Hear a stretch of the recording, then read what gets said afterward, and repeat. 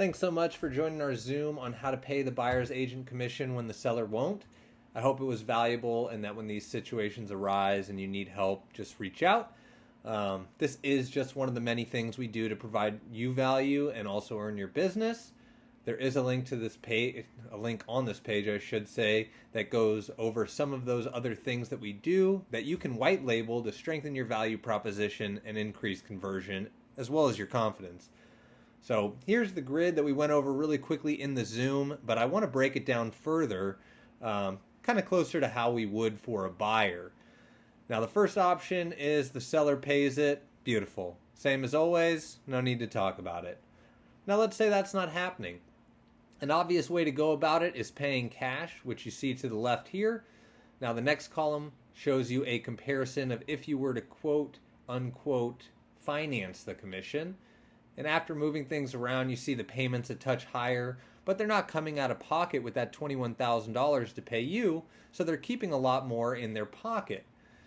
Now lastly, I showed you how it would look if you added the cost of your commission into the price of the house.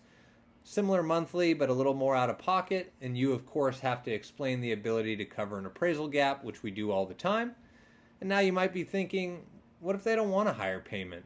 An easy answer is to use some of that savings from the cash to close and buy down the rate. We of course provide all their options in a way that they can make an educated decision, but on the other hand, if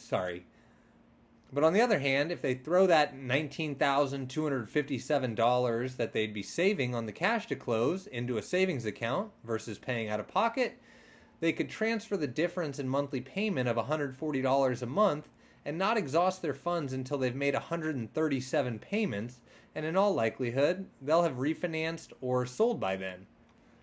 Now I compared them paying cash versus no compensation. Boo! And then showed you how we could protect their monthly payment and cash to close if they chose to pay out of pocket and the appraisal came in low. And lastly, here I showed you how the commission could be paid by lowering the down payment. So your clients aren't thinking they can afford you and offer no comp in column 1. We need to provide more value, obviously, there to get that buyer broker agreement signed. So we show how they can come in with about the same, get a similar payment, and come out of pocket with about the same to get that representation that you and I both know they need. But again, what happens if the appraisal comes in low? Well, that's in the last column, and the out of pocket is $20,000 less. So they might want to structure it that way in the first place, and that's why we go over comparisons with them of the monthly payments for the amount they're pre-approved for, the highest purchase price they're considering, and the highest monthly payment they're comfortable with. But we also show other ways to structure the financing to get the payment down and lower the amount out of pocket for them to help them buy the house the way they're comfortable and happy. And we look at different down payment options, temporary buy downs, all that sort of thing. But if you have any questions or if I can help in any way, just say the word. Thanks for tuning in.